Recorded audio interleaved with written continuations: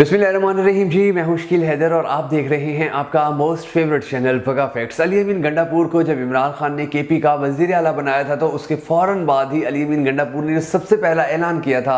उन्होंने कहा था कि एक हफ्ते के अंदर अंदर केपी के अंदर जितने भी जाली मुकदमात बनाए गए पाकिस्तान तहरीक इंसाफ के कारकुनान के खिलाफ, उनके रहनुमाओं के खिलाफ, उनके सपोर्टर्स के खिलाफ, उनके एहतजाज करने वालों के खिलाफ एक हफ्ते की डेडलाइन दे रहा हूँ, फौरी तौर के ऊपर वो सारे मुकदमात खत्म कर दिए जाएं। और दूसरी जानिब जो फिर शेर अफजल मरवत थे, उन्होंने भी कहा था कि जाली मुकदमात को जल्द से जल्द खत्म किया जाए, वरना हम अदालतों के अंदर जाकर जाली मुकदमात रजिस्टर्ड करवाने वालों और इनके मुद्दई बनने वालों के खिलाफ मुकदमात दर्ज करवा देंगे और उनको बचाने वाला कोई नहीं होगा। अब जब सरकारें अगर किसी इलाके की, फॉर एग्जांपल केपी की जो सरकार थी, उसने केपी के लोगों के ऊपर जो मुकदमात दर्ज किए हुए थे सियासी बुनियादों के ऊपर, तो अब वहां पर हुकूमती केपी की यानी कि केपी के अंदर हुकूमत ही पाकिस्तान तहरीक इंसाफ की है, तो वहां पर कोई परसू ही नहीं करेगा इन केसेस को। और ये cases with the passage of time आस्ता आस्ता जब इनकी पेशियां लगती रहेंगी, जब इनकी समातें होती रहेंगी, तो ये केसेस खुद ब खुद खत्म होते चले जाएंगे।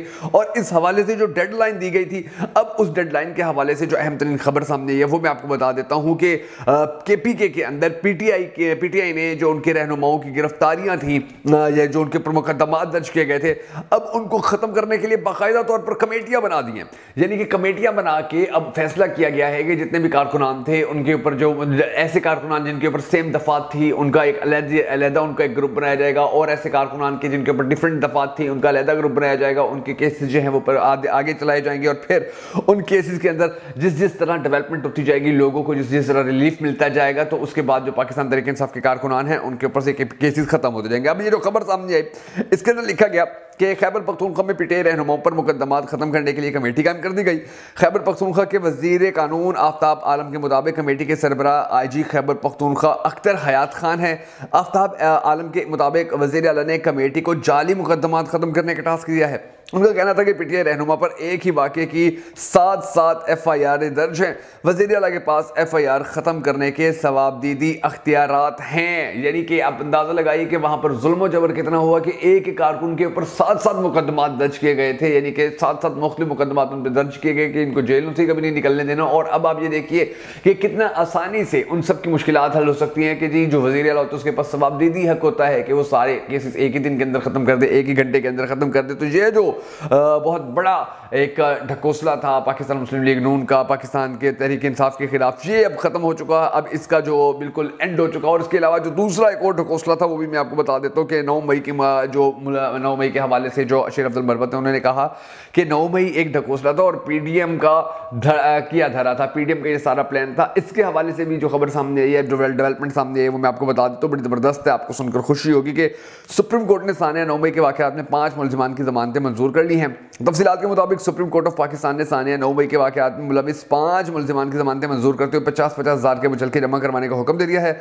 मुलजिमान पर 9 और 10 की दरमियानी शब फौजी मरकज़ हमजा के रावलपिंडी में हमला और तोड़फोड़ का इल्ज़ाम था। दौरान समात तफ्तीशी अफसर ने बताया कि जमान पाक लाहौर में ड्यूटी पर मामूर एक हेड कांस्टेबल स्पेशल ब्रांच ने बयान दिया, वहाँ 9 मई की साजिश तैयार हुई थी, जिस पर अदालत ने कहा कि क्या एक हेड कांस्टेबल की बात माने कि साबिक वज़ीर आज़म गद्दार है। यानी कि ये मैंने आपको पहले भी बताया था कि किस तरह से अब ये जो पंजाब के अंदर भी हालात हैं, 9 मई के हवाले से जो एक साजिश रची गई थी और उस साजिश को कामयाब करने के लिए जिस तरह से बहुत भोंडे अंदाज के अंदर मुकदमात दर्ज किए गए, मुकदमात की भीड़ लगा दी गई थी, यानी कि इतने झूठे मुकदमात। अभी देखिए इमरान खान पाकिस्तान के अलावा पूरी दुनिया के अंदर आपको कहीं एग्जाम्पल मिलेगी, ये मिसाल मिलेगी कि एक साबिक वज़ीर आज़म हो किसी मुल्क का और उसके ऊपर 200 मुकदमात दर्ज कर दिए गए हों, 200 केसेस उसके ऊपर दर्ज कर दिए गए हों। आप सोचें कि किसी मुल्क में, किसी महज़ब मुल्क में ऐसा होता है भला? भारत जैसे मुल्क में, बांग्लादेश जैसे मुल्क में भी ऐसा नहीं होता जैसा पाकिस्तान के अंदर हो रहा है। अब इसके अलावा कुछ और खबरें हैं, कुछ और अहम तरीन बातें हैं जो आज के वीडियो के अंदर मैं आपके साथ शेयर करूँगा। कुछ अहम तरीन चीज़ें हैं जो आपके साथ शेयर करना ज़रूरी है ताकि आपको भी पता चले कि पाकिस्तान के अंदर दरअसल हो क्या रहा है, पाकिस्तान की सियासत कैसे आगे चल रही है। मगर उससे पहले हम सबको दुआ कर रहे हैं कि अल्लाह तबारक व तआला हमारे मुल्क के हालात के ऊपर है, फरमाए अल्लाह तबारक व तआला हमारे मुल्क के हालात को बेहतर करे, पाकिस्तान का अगला वज़ीर आज़म उस शख्स को बनाए कि जिससे पाकिस्तान कौम बड़ी टूट कर मोहब्बत करती है और वो भी पाकिस्तानी कौम से बड़ी टूट कर मोहब्बत करता है। अगर आप भी हम सबके साथ मिलकर होने वाली इस दुआ में शामिल होना चाहें तो कमेंट सेक्शन के अंदर आमीन जरूर लिख दीजिएगा। और कमेंट सेक्शन के अंदर आपने ये भी जरूर बता देना कि आप आने वाले वक्त के अंदर पाकिस्तान का अगला वज़ीर आज़म किसको देखना चाहते हैं। मैं हूं शकील हैदर और आप देख रहे हैं आपका मोस्ट फेवरेट चैनल बगा फैक्ट्स। और आपसे हमेशा की तरह एक ही रिक्वेस्ट है, अगर आप हमारी वीडियो हमारे फेसबुक पेज पर देख रहे हैं तो हमारे फेसबुक पेज बगा फैक्ट्स को फॉलो कर लीजिए। हमारे इस वीडियो को लाइक कर लीजिए। अगर आप हमारी वीडियो हमारे यूट्यूब चैनल के ऊपर देख रहे हैं तो हमारे यूट्यूब चैनल को सब्सक्राइब कर लीजिए, हमारे इस वीडियो को लाइक कर लीजिए। याद रखिएगा कि आपके इस मामूली से क्लिक से आपको फर्क नहीं पड़ता, हमें बड़ी सपोर्ट मिलती है, तो ये काम आपने जरूर कर देना। अब ये जो मैंने आपको खबरें बताई हैं कुछ अहम तरीन, ये आपकी स्क्रीन के ऊपर भी मैं चलवाऊंगा। ये आप देखें, सबसे पहले आपकी स्क्रीन के ऊपर नजम सेठी साहब का ट्वीट चल रहा है, बड़ी जबरदस्त उन्होंने बात की और कहा कि नवाज शरीफ का पाकिस्तान में रहने का कोई जवाब नहीं है। इन्हें वाज़ेह पैगाम दिया गया है कि आप शहबाज शरीफ की हुकूमत में मुदाखलत ना करें क्योंकि वो हम चला रहे हैं और जब हम हैं तो फिर क्या गम है। ये नजम सेठी साहब ने बात की है और जो नवाज शरीफ साहब है मुकम्मल तौर के ऊपर उनका जो किस्सा है, यानी कि वो किस्सा पारी ना बन चुके हैं, अब उनकी कहानी ही खत्म हो चुकी है। अब ये आपकी स्क्रीन के ऊपर कासिम सूरी की ट्वीट चल रही है, लिखा शाहिद आफरीदी के लिए सिर्फ यही कहूँगा कि बड़ा इंसान बनना आसान है लेकिन बड़ा इंसान बन के अपने अंदर से छोटा इंसान निकालना बहुत मुश्किल होता है।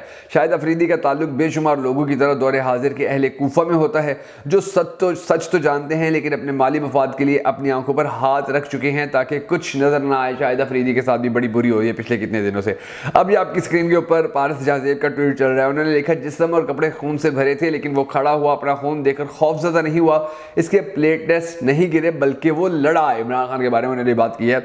अब ये देखिए कितना जो राणा सनाउल्लाह है, यानी कि इनको ये ऐसी बातें करते हैं कि पहले भी ये बड़ी बार ऐसी बातें कर चुके थे कि जिसके बाद इमरान खान की जो ज़िंदगी है उनको खतरात लाक हो गए थे कि जी ये तो एक फितना है, इस फितने को ख़त्म किया जाए। ये तो मरियम बीबी भी यही कहती थी, मरियम औरंगजेब भी यही कहती थी, राणा सनाउल्लाह भी यही कहते थे, इमरान खान पे हमले हो गए थे। अब फिर बड़ी छितरौल हो रही है राणा सनाउल्लाह की।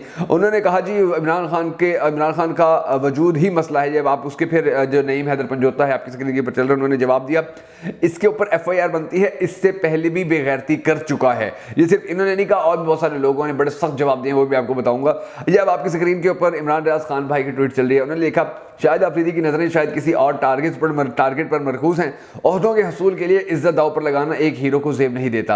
अगर बोलना ही था तो शाहिद आफरीदी को जुल्म और जबर के खिलाफ बोलना चाहिए था ताकि जिन लोगों ने इसे प्यार दिया उनकी मोहब्बतों का हक अदा होता, मगर लाला ने हमेशा गलत शॉट खेलकर खुद को आउट करवाने की रिवायत बरकरार रखी है। बड़ी बुरी हो रही है, वैसे बहुत बुरी हो रही है ये जो शाहिद आफरीदी है इसके साथ। अब वो इमरान खान का वजूद ही मसला है। राणा सनाउल्लाह जो कहा था उसके ऊपर फयाज शाह का भी जवाब आया पड़ा है। उन्होंने लिखा कि अगर इमरान खान को एक खराश भी आई तो इसका जिम्मेदार राणा सनाउल्लाह होगा। अदलिया ने तो आंखें पर पट्टी मान ली है, अब पाकिस्तान की आवाम इनका हिसाब करेगी। अच्छा, जब आपकी स्क्रीन के ऊपर हामिद मीर का ट्वीट चल रहा है, उन्होंने लिखा सब पाकिस्तान पर कब्जा कर लिया जागीरदारों ने, सरमायादारों ने और फौजी डिक्टेटरों ने। ये जो फौजी डिक्टेटर होता है जब भी जमहूरियत का तख्ता उलटता है तो इसको जो सबसे पहले जो इसको इत्तेहादी मिलता है वो बड़े बड़े जागीरदार होते हैं और बड़े बड़े सरमायादार होते हैं।